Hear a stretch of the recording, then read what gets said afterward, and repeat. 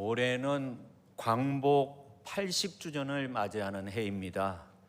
우리 믿음의 선배들이 민족 해방에 큰 역사를 일으켰던 것처럼 우리 모두가 믿음으로 승리하여서 하나님의 큰 구원의 역사를 이 민족 가운데 이루어갈 수 있기를 예수님의 이름으로 축원합니다.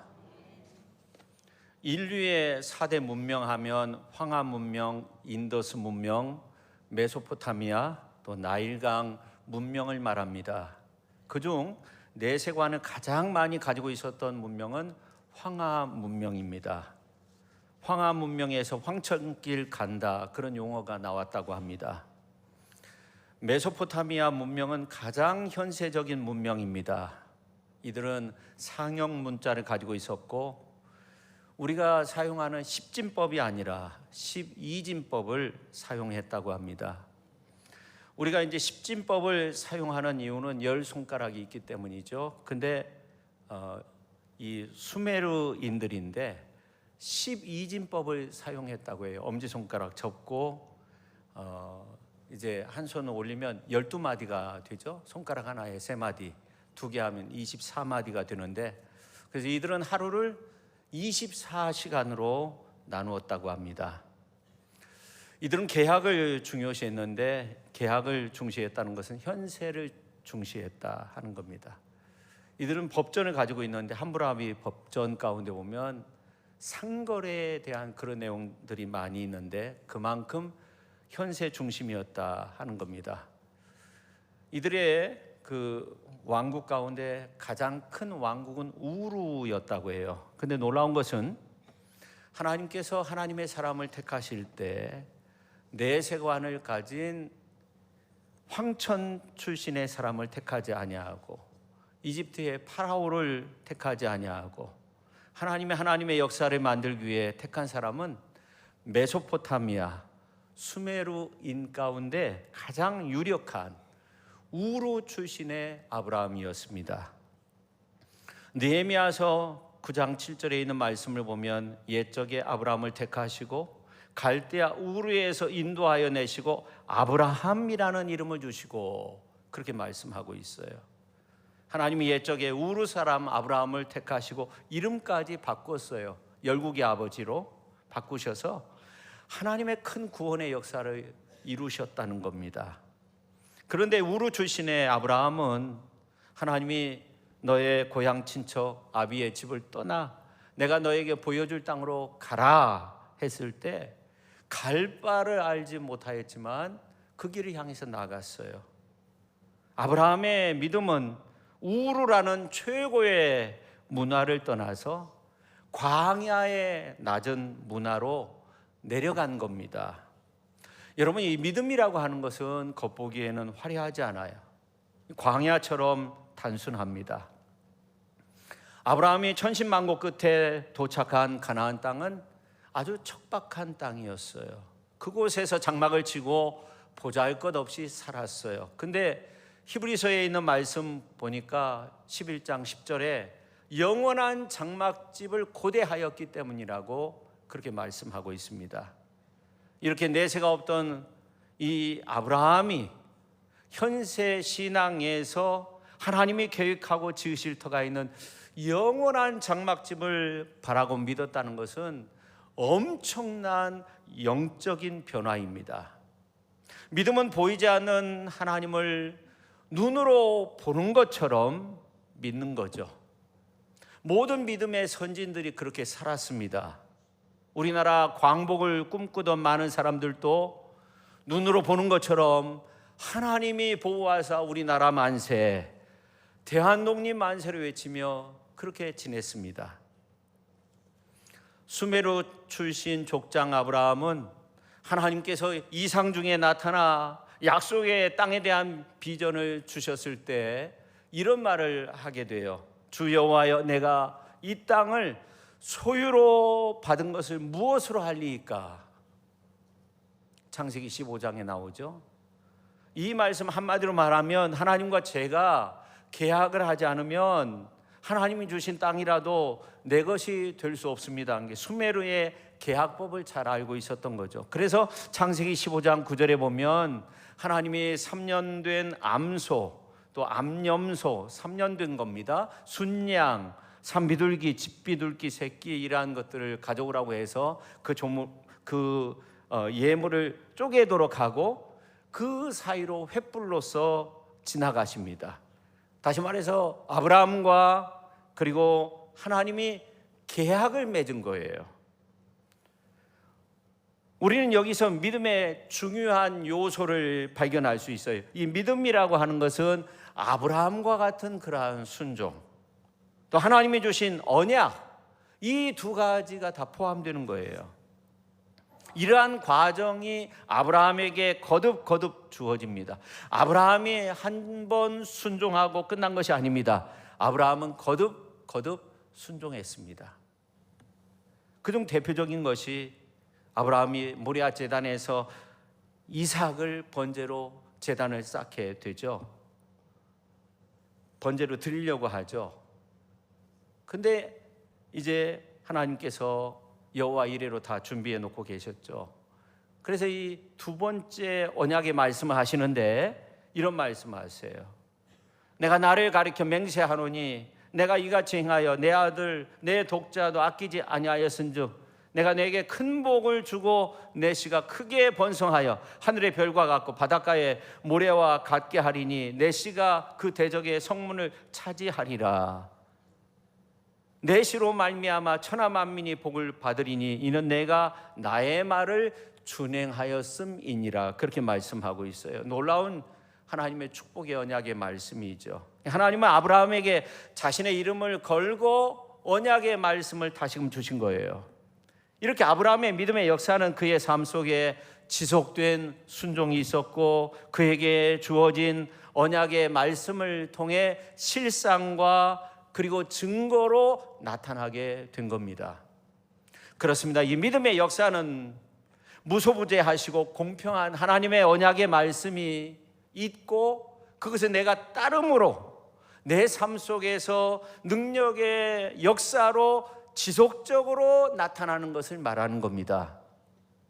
그 모습이 오늘 히브리서에 나오는 말씀의 내용인데 성경은 그런 역사가 나타난 결론을 오늘 38절에서 이런 사람은 세상이 감당치 못하도다 그렇게 말씀하고 있어요.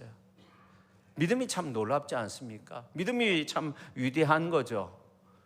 예수님도 백부장의 믿음을 보면서 아주 기이 여기셨다고 그렇게 말씀하셨어요.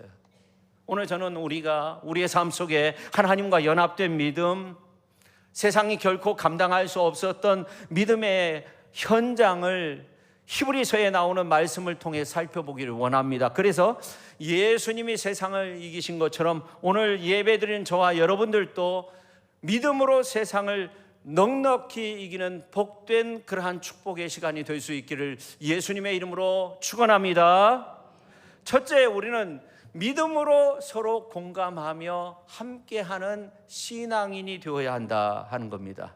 헨리 헉슬리라는 사람이 우리 인간은 타인의 고통에 대해서 동정할 수는 있지만 그들의 즐거움에 공감할 수 없다. 타인의 행복에는 무엇인가 기묘하게 지루한 감이 든다. 그런 말을 했어요.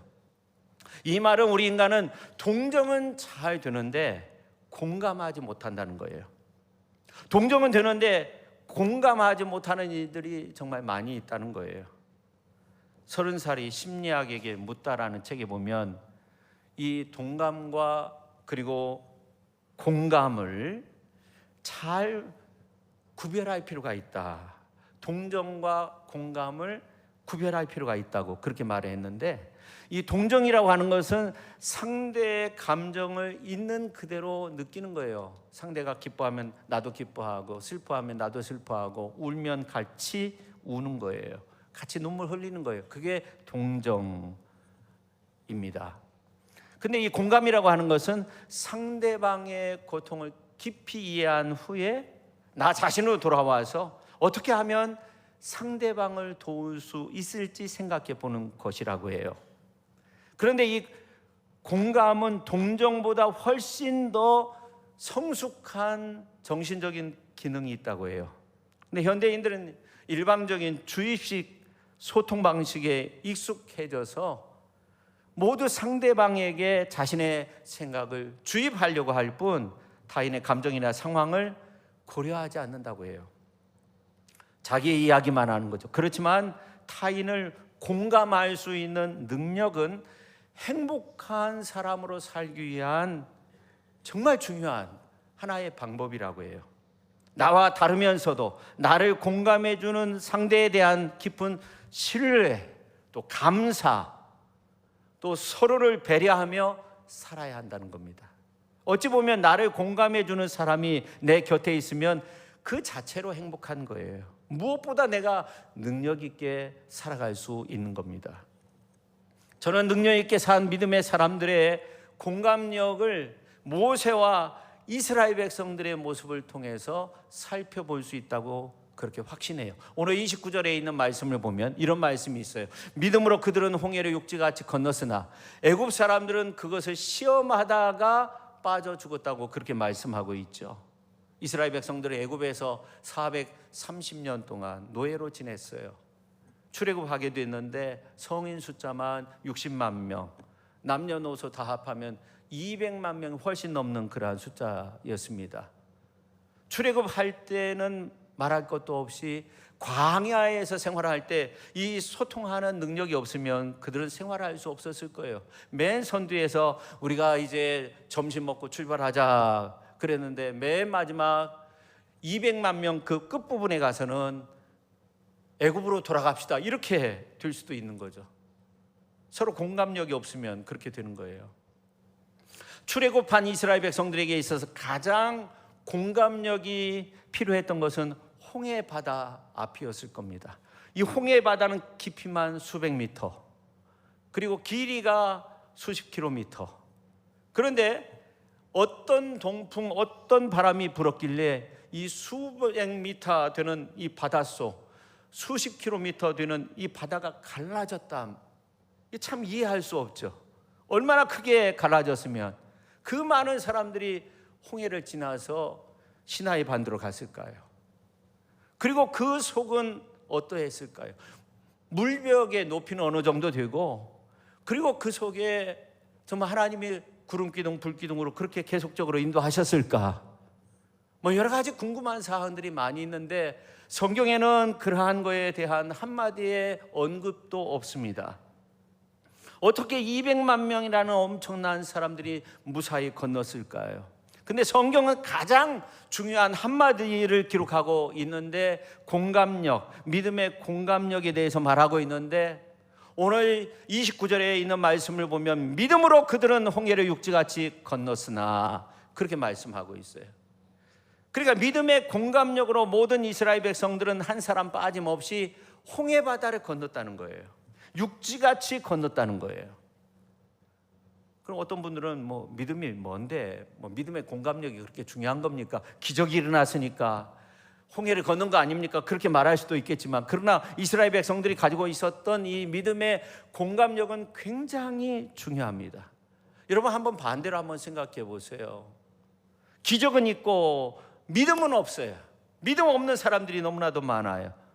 그럼 어떤 일이 일어날까요? 오늘 이제 29절 하반부에 있는 말씀을 보면 애굽 사람들은 이것을 시험하다가 빠져 죽었다고 그렇게 말씀하고 있어요. 성도 여러분, 애굽 사람들이 바닷속에 왜 들어갔습니까? 기적이 일어났으니까, 바닷물이 갈라졌으니까 들어간 거죠. 안 갈라졌으면 어떻게 들어갈 수 있겠어요? 절대로 들어갈 수 없죠. 기적이 일어난 거예요. 그래서 들어간 거예요. 그러나 믿음은 없었어요. 거기에 차이가 있는 거죠. 그래서 오늘 29절에 보니까 이렇게 말씀하고 있어요. 같이 한번 읽어볼까요? 믿음으로 그들은 홍해를 육지같이 건넜으나 애굽 사람들은 이것을 시험하다가 빠져 죽었으며 그렇게 말씀하고 있는 거예요. 바다가 갈라진 것은 그다지 중요한 것은 아니에요.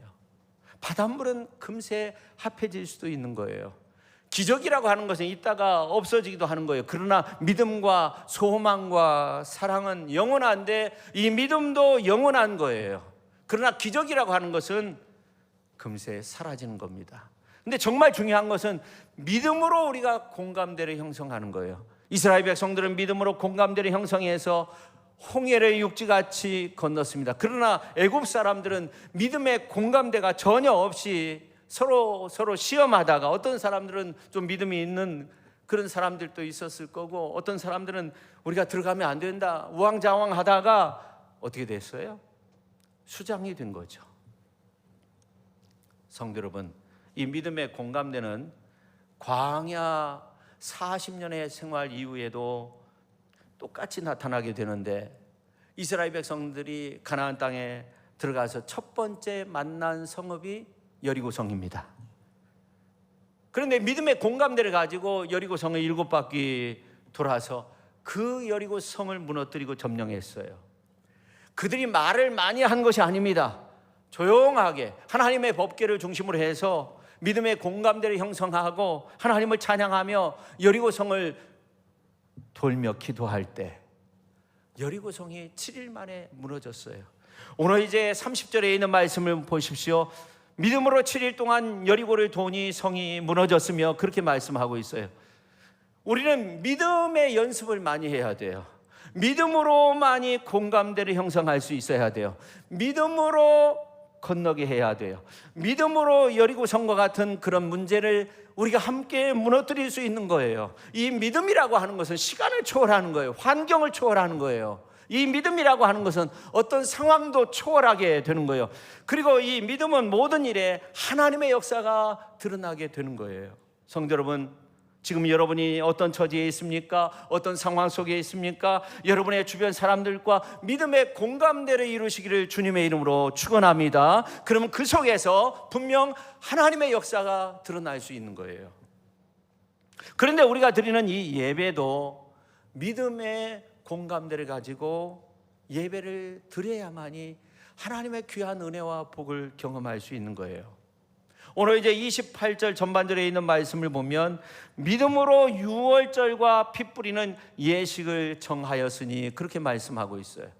이 말은 믿음으로 공감대를 이루고 유월절을 지켰다는 그런 말입니다. 이스라엘 백성들의 공동체의 모습을 보면 믿음의 공감대를 가지고 유월절을 지킬 때 그들의 마음속에 기쁨이 가득하게 되었다고 그렇게 말씀하고 있어요. 히스기야 왕 때 믿음의 공감대를 이루면서 유월절을 지켰어요. 모든 백성들이 그렇게 지켰어요. 그랬을 때 솔로몬 이후에 그 같은 기쁨이 없었다, 그렇게 표현할 정도로 기쁨이 가득하게 되었다는 겁니다. 오늘 이 예배에 참여한 모든 분들이 하나님을 향한 믿음의 공감대를 가지고 하나님 앞에 찬양하고 하나님 앞에 예배드리고 아멘으로 또 화답하면서 그렇게 하나님의 은혜와 복을 누리며 이 땅 가운데 승리의 길을 걷는 위대한 하나님의 사람들이 다 될 수 있기를 예수님의 이름으로 축원합니다. 축원합니다. 1871년 시카고 대화재 때 무디 선생이 섬기는 교회, 무디 목사님이죠. 그리고 그의 집도 다 불타게 됐어요. 어느 신문 기자가 와서 물었어요. 목사님, 몽땅 다 타버렸네요. 어떻게 하시겠습니까? 그러자 무디 목사님이 이렇게 대답했다고 해요. 아니요, 우리 안에 있는 하나님은 타지 않았습니다. 우리들은 더 큰 교회를 지을 겁니다. 무디 목사님은 성도님들과 함께 큰 믿음의 공감대를 이루었고, 그리고 더 큰 교회를 건축했는데 그때부터 하나님의 능력이 나타나서 세계적인 부흥사가 되었다고 해요. 지금도 그 교회가 시카고에 가면 남아있다고 하죠. 여러분, 사도 바울은요, 이 로마서를 기록하면서 이런 말씀을 하고 있어요. 1장 8절에 보면, 먼저 내가 예수 그리스도로 말미암아 너희 모든 사람에 관하여 내 하나님께 감사함은 너희 믿음이 온 세상에 전파됨이로다, 그렇게 말씀하고 있어요. 이 신앙의 삶이라고 하는 것은 믿음으로 공감하며 함께 사는 거예요. 믿음으로 함께 공감하면서 함께 지내는 거예요. 그렇게 믿음의 공동체를 이루는 거예요. 그러니까 로마의 성도들이 어떻게 했어요? 너희 믿음이 온 세상에 전파되었다고 그렇게 말씀하고 있어요. 1장 8절에서 말씀하고 있어요. 우리가 로마의 성도들처럼 우리 모두가 그렇게 믿음으로 살아서 우리의 믿음이 온 세상에 전파되는 그런 놀라운 역사가 나타날 수 있어야 한다 하는 겁니다. 여러분, 이 시간도 믿음으로 마음의 문을 여시기를 바랍니다. 로마서 5장 2절에 보니까 이런 말씀이 있어요. 우리는 또한 그리스도로 말미암아 지금 서 있는 이 은혜의 자리에 믿음으로 나오게 되었으며, 그렇게 말씀하고 있어요. 하나님의 영광에 이르게 될 소망을 품고 자랑을 합니다. 그렇게 말씀하고 있어요. 그리스도로 말미암아 지금 서 있는 은혜의 자리에 믿음으로 나오게 되었다, 믿음으로 서게 되었다 하는 거예요. 이 성도의 삶은 어떤 일이 있어도 믿음으로 살아야 되는 거예요. 사명도 믿음으로 감당하는 겁니다. 섬김도 마찬가지입니다. 더 나아가 우리가 믿음으로 서로 공감대를 이루어야 한다는 거예요. 동정만으로는 안 된다는 거예요. 이스라엘 백성들이 홍해를 육지같이 건너는 그 공감대를 우리가 가져야 한다는 겁니다. 우리 교회가 앞으로 몇 년 있으면 100주년 되는데, 여러분이 믿음의 증인들이 될 수 있어야 하는 거죠. 우리 모두가 믿음의 공감대를 이루면서 믿음의 증인으로 세상에 하나님의 복음을 전할 수 있는 그런 놀라운 은혜가 오늘 우리 가운데 필요한 줄로 믿으시기를 바랍니다. 오늘 광복 80주년, 우리 민족의 살 길도 바로 믿음으로 기도하는 사람들이 일어날 때 사는 거예요. 얼마나 무서운 세상이 되었습니까? 러시아가 우크라이나 사람들에게 하는 일들을 보면 정말 무섭잖아요. 계속적으로 막 미사일을 쏴대고 폭격하고 막 계속적으로 하고 있잖아요.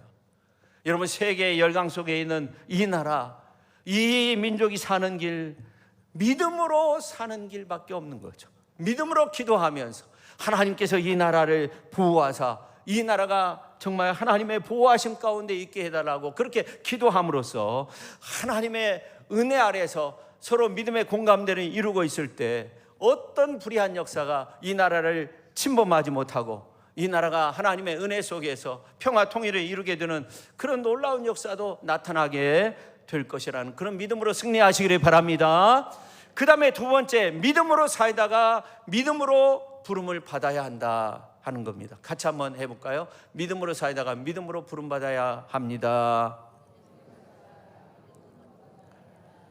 저는 히브리서 11장에 있는 말씀을 이렇게 묵상하면서 이 히브리서 기자가 믿음을 역설하면서 우리에게 어떤 도전을 주었을까 그런 생각을 하면서 다른 것이 아니라 길에 관한 그런 말씀을 하고 있는데, 처음에는 사는 길로 시작하는데 나중에는 조금 달라져요.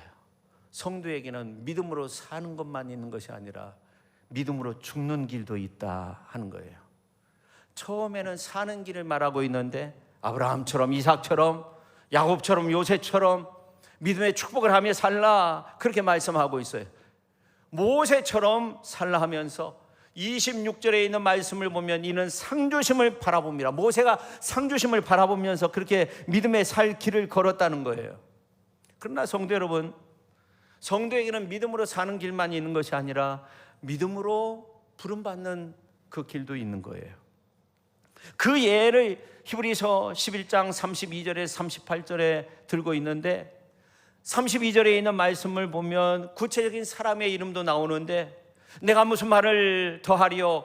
기드온, 바락, 삼손, 입다, 다윗 및 사무엘과 선지자의 일을 말하려면 내게 시간이 부족하리로다 그렇게 말씀하고 있어요. 여러분이 32절에 있는 말씀을 자세히 살펴보면 믿음으로 살다가 한 사람들의 순서가 나오는데 성경에 나와 있는 순서와는 다릅니다. 사사기에 있는 말씀을 보면 순서가 바락, 기드온, 입다, 삼손으로 나오는데, 그리고 사무엘이 먼저고 다음이 다윗인데, 그러나 오늘 32절에 보면 그 순서가 다 바뀌어져 있어요. 그럼 성경이 잘못되었는가? 히브리서 기자가 가장 해박한 성경의 지식을 가지고 있었던 사람이에요. 이 히브리서 전체를 우리가 읽어보면 성경 66권에 있는 내용을 아주 꿰뚫어 보고 이 히브리서를 기록했다는 것을 알 수 있어요. 근데 오늘 이제 32절에 있는 말씀을 보니까 내가 무슨 말을 더하리요? 기드온, 바락, 삼손, 입다, 다윗 및 사무엘과 선지자들의 일을 말하려면 내게 시간이 부족하다고 그렇게 말씀하고 있어요. 그리고 앞에서 나오는 기드온, 바락, 삼손, 입다, 이 사람은 성경의 단 한 번 나오는데 오늘 이제 본문 말씀에만 나오는 거예요. 근데 사사기에 있는 말씀을 보면 순서가 바뀌어져 있어요. 왜 바꾸었을까? 히브리서 기자가 그럼 대충 쓴 건가 이렇게 생각할 필요가 없어요. 물론 이들이 믿음으로 얼마만큼 크게 활동했는가에 따라서 그들의 삶을 평가할 수도 있는데, 그들의 활동의 내용을 보면 이름의 순서가 맞지 않아요. 근데 이 이름의 순서를 자세히 묵상하다 보면 그들이 활동했던 시대로 그들의 삶을 평가하는 것보다는 그들의 활동의 시대가 다 끝나고 사역의 일선에서 완전히 손을 놓고 그 다음 인생의 그야말로 말기 때를 보고 평가하고 있는 거예요. 우리는 흔히 어느 사람을 평가할 때 그가 건장하게 활동할 때 얼마만큼 큰 일을 했는가 그렇게 평가합니다. 그가 일선에서 물러난 뒤에 삶이 어찌 됐든지 그가 건장할 때 무슨 일을 했는가. 그러나 성경은 그렇지 않아요. 역대기에 있는 말씀, 열왕기에 있는 말씀에도 보면 왕들 하나하나를 평가하는 이러한 모습들이 나오는데 그가 어떤 죽음으로 하나님께 영광을 올렸는가 이거를 말하고 있어요. 그리고 그가 왕실에 묘실에 과연 묻혔는가 이러한 것까지 다 기록하고 있어요. 사사기의 말씀을 보아도 그렇습니다. 특히 믿음을 말하고 있는 이 히브리서에 있는 말씀을 보면 믿음으로 왕성하게 일했던 그런 이야기보다는 믿음으로 죽었던 이야기, 그의 삶의 마지막 부분에 그 중점을 두고 있다는 것을 알 수 있어요. 인생의 마지막 부분에 믿음이 중요하다는 겁니다. 그래서 칼빈과 같은 경우는 4명의 사사에게 전부 다 문제가 있었는데, 기드온과 같은 경우는 싸움에 나가기를 주저했고, 바락은 망설이다가 드보라의 격려를 받고 나가서 싸웠고, 삼손은 드릴라에게 유혹에 넘어갔고, 입다는 어리석은 서약을 하고 그것을 지켜서 참으로 어리석은 사람이 되었고, 그런데 왜 바락, 기드온, 입다, 삼손 그렇게 말하지 않고 기드온, 바락, 삼손, 입다 그렇게 나왔을까? 그래서 이 히브리서 기자는 믿음으로 죽는 길을 생각해 보았던 거죠. 그들이 왕성하게 활동한 모습보다는 인생의 종지부를 찍을 때의 모습이 더 중요하고, 그래서 입다보다는 삼손이, 삼손보다는 바락이, 바락보다는 기드온이 먼저 된 자라는 거예요. 입다는 암몬 사람들을 물리치고 집으로 돌아올 때 하나님 앞에 서약한 대로 자기의 딸을 번제로 드리게 되잖아요. 그리고 분풀이로 자기와 함께 싸움에 나가지 않은 동족 백성들, 에브라임 사람 42,000명을 요단강 나루터에서 죽이게 돼요. 그리고 나중에는 별 볼 일 없는 사람이 되었어요. 그래서 32절 말씀에 보면 사사 중 그의 이름이 맨 마지막에 나오는 거고, 그래서 입다보다는 삼손이 낫죠. 삼손은 마지막 죽을 때 여호와의 이름을 부르게 되잖아요. 눈이 뽑혀 있어도 머리가 자라나서 나중에 이제 블레셋 사람들을 이렇게 처단하게 되는 그런 모습이 나오고, 삼손보다는 바락이 더 낫다는 거예요. 그래서 사사기 5장 15절 16절에 있는 말씀을 보면 그가 마지막 전쟁터에서 싸우는 이러한 모습이 나오는데 하나님을 찬양하였다는 그런 말씀이 나오는 거예요. 그리고 바락보다는 기드온이 훨씬 낫죠. 미디안 대군을 다 물리치고 난 뒤에 백성들이 와서 우리의 왕이 되어달라고 했을 때 기드온은 그것을 다 거절해요. 그리고 한 말이 뭐예요? 여호와께서 너희를 다스리게 될 거라고. 그래서 이 기드온이 살아있는 동안 이스라엘 백성들이 하나님을 잘 섬겼어요. 그러다가 기드온이 죽고 난 후 백성들이 우상을 섬기기 시작하죠. 그래서 성경은 그 순서를 기드온, 바락, 삼손, 입다 그렇게 나오는 거예요. 그럼 다윗과 사무엘은 어떻게 되는가? 이 사무엘은 위대한 선지자였지만 말년에 사울 왕을 두려워했어요. 그러나 다윗은 이 말년에 성전 지을 준비를 다 했어요. 하나님 앞에 온갖 것, 엄청난 그 많은 것들을 하나님 앞에 다 바치고 성전 건축의 역사를 시작하고자 했어요. 그래서 성경은 믿음으로 죽는 자의 순서를 사무엘보다 다윗을 먼저 기록하고 있다 하는 겁니다. 그러니까 이 히브리서는 믿음으로 죽는 길이 살 길보다 더 빛났다는 거예요. 그래서 오늘 이제 36절에서 38절에 있는 말씀을 보면 어떤 이들은 조롱, 채찍, 결박, 옥에 갇히는 그런 시련도 받았고, 37절에 보면 시험과 칼로 죽임을 당하고 유리하고 궁핍, 환난, 학대를 받았는데 38절에 있는 말씀을 보니까 이런 사람은 세상이 감당하지 못하였느니라, 이런 사람은 세상이 감당하지 못하였느니라. 이 말은 그들이 정말 훌륭한 믿음을 가지고 하나님 앞에 부름을 받았다 하는 거죠. 믿음 가지고 승리했다 하는 겁니다. 여러분, 믿음으로 죽어야 로마서 1장 17절에 있는 것처럼 복음에는 하나님의 의가 나타나서 믿음에서 믿음에 이르게 한다는 거예요. 오직 의인은 믿음으로 말미암아 살리라 함과 같으니라, 그렇게 말씀하고 있어요. 믿음으로 죽어야 믿음으로 사는 거죠. 십자가는 죽는 길이 아니에요. 사는 길입니다. 믿음의 길이 위대함은 사는 게 아니라 믿음으로 죽는 데 있다는 거예요. 믿음의 위대함이 거기에 있다 하는 거죠. 그래서 십자가의 구원의 은혜 속에서 우리가 죽으면 끝이 아니라 산다는 거예요. 하늘에 썩어지는 밀알이 되면 거기에서 수많은 열매가 맺혀지게 된다는 거예요. 다시 말해서 이 말은 무슨 말이냐? 우리가 믿음으로 자기의 십자가를 져야 한다는 거예요.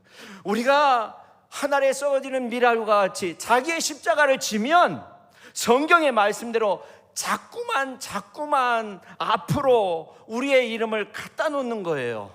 입다보다 삼손을, 삼손보다 바락을, 바락보다 기드온을 자꾸 앞에 놓은 것처럼 우리의 이름을 앞에다 놓는 거예요. 뮬러라는 사람이 기도의 사람으로 너무나도 잘 알고 있는데 5만 번의 응답을 받았다고 해요. 한 번은 고아원에 식량이 다 떨어져 가지고 먹을 것이 없는데 그 고아들을 데리고 식당으로 가서 하나님 앞에 기도했어요. 오늘 하루 주심에 감사합니다. 하나님이 이제 우리에게 주시고자 하는 음식에 대해서 감사합니다. 예수님의 이름으로 기도합니다. 기도가 끝나자마자 빵집 아저씨가 빵을 들고 가져왔어요. 오늘 새벽에 갑자기 고아원에 빵을 주고 싶은 마음이 생겨서 일찍 일어나서 빵을 구워서 가져왔다는 거예요. 조금 있다가 이번에는 우유 배달부가 들어왔어요. 이 고아원 앞을 지나가다가 마차 수레바퀴에 빠져가지고 우유를 비워야만이 마차가 움직이는데 우유를 아이들에게 줄 수 있겠느냐 와서 사정을 하는 거예요. 저는 어떤 기적을 말하는 것이 아니라 이 뮬러의 믿음을 말하고 싶어요. 아이들 앞에서 이렇게 기도할 수 있는가? 먹을 것이 아무것도 없는 그러한 아이들을 데리고 식당에 가서 식사 감사 기도를 과연 우리가 할 수 있는가? 오직 믿음이어야 할 수 있는 거 아닙니까? 오늘 우리가 평화통일주의를 지키며 진정이 민족 앞에 조국 평화통일을 위해 믿음으로 우리가 기도할 수 있느냐 하는 겁니다. 우리가 이 어려운 상황, 남과 북이 얼마나 어려운 상황에 있습니까? 그렇지만 하나님이 이 민족에 참으로 평화통일을 주실 것을 믿고 하나님 앞에 기도할 수 있느냐 하는 겁니다. 성도 여러분, 세상을 이길 믿음은 다른 데 있는 것이 아닙니다. 산 믿음인가 하는 거죠. 그 믿음은 정말로 오늘 본문 말씀에 나오는 세상이 감당할 수 없는 사람들의 그러한 믿음, 그런 믿음을 가지고 있느냐 하는 겁니다. 요한 1서 5장 4절에 보니까 무릇 하나님께로부터 난 자마다 세상을 이기느니라. 세상을 이기는 승리는 이것이니 우리의 믿음이라는 거예요. 여러분, 믿음으로만 세상을 이길 수 있는 줄로 믿으시기를 바랍니다.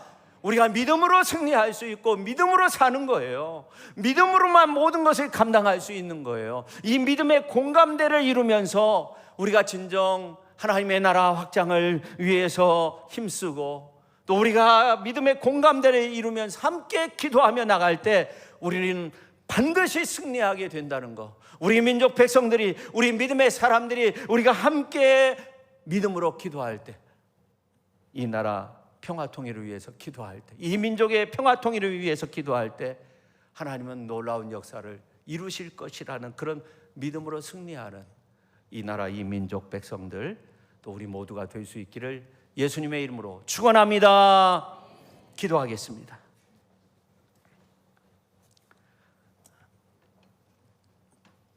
살아계신 하나님 아버지 감사드립니다. 믿음으로만 감당하라. 기도도 믿음으로 하고 사명 감당도 믿음으로 하고 또 하나님 앞에 찬양 드리고 또 하나님의 영광을 위해서 사는 것도 믿음으로 감당하고 인생길 걸을 때도 믿음으로 걸어서 하나님 앞에 크게 영광 올려드리는 우리 교회 모든 성도님들이 다 되게 하여 주시옵소서. 이 어려운 시대에 우리 모두가 믿음으로 믿음의 공감대를 이루고 하나님의 선한 역사들을 이루어갈 수 있도록 우리 하나님 도우시고 함께하여 주시옵소서. 예수님의 이름으로 기도하옵나이다. 아멘.